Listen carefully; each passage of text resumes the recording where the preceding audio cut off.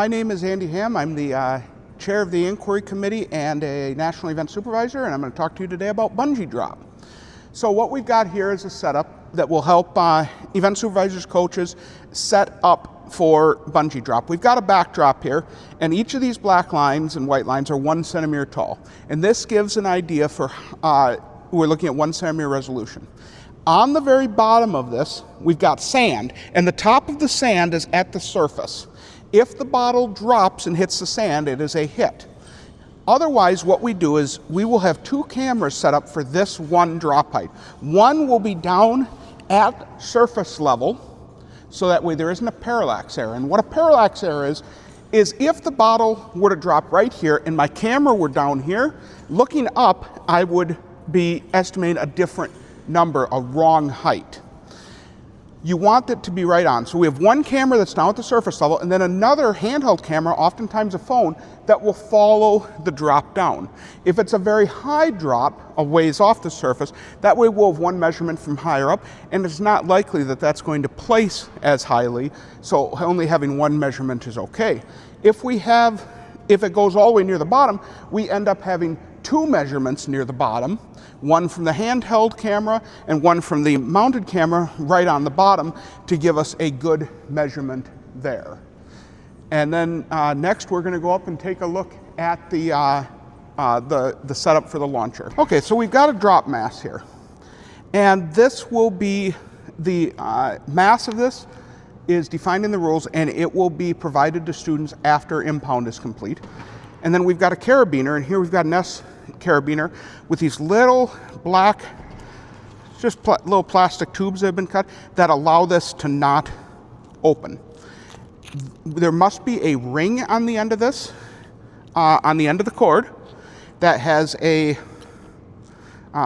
dimensions that are in the rules. This gets hooked onto here. This goes back down. On our launch mechanism, this is provided by the event supervisor, as is the drop mass. We have an archery release here. I've got this right here. And that's where the ring will go.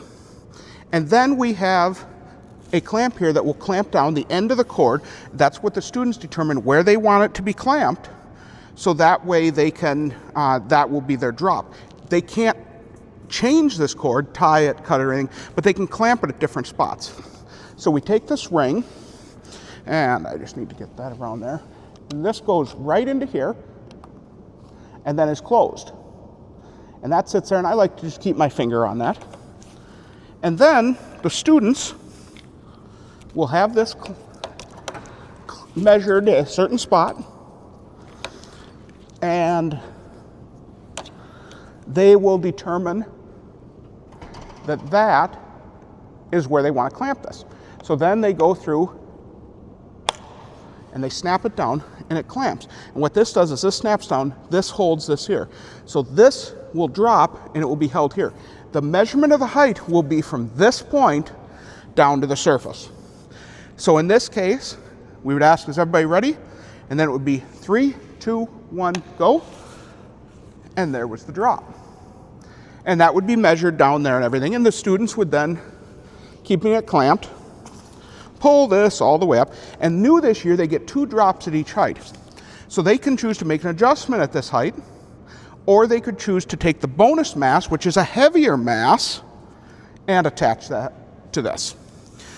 And then the bonus mass, it would be from the same height and everything, and they would measure it, and whatever they get for a score there, they would take 20 points off of that and see which score is better. Let's say I wanted to make an adjustment, and I just wanted to go like so, and clamp it right there, snap it down, take this and take the ring, put it into the release, close the release. Teams get concerned that they want to make sure that there's no knots here, and you're allowed to set this up and like here. Ask, are you ready? And everybody's ready. 3, 2, 1, go. And there's the second launch. And then they would move on to the next height. How this is attached here, we have clamps are your friend setting this up. We've set up a simple fixture here.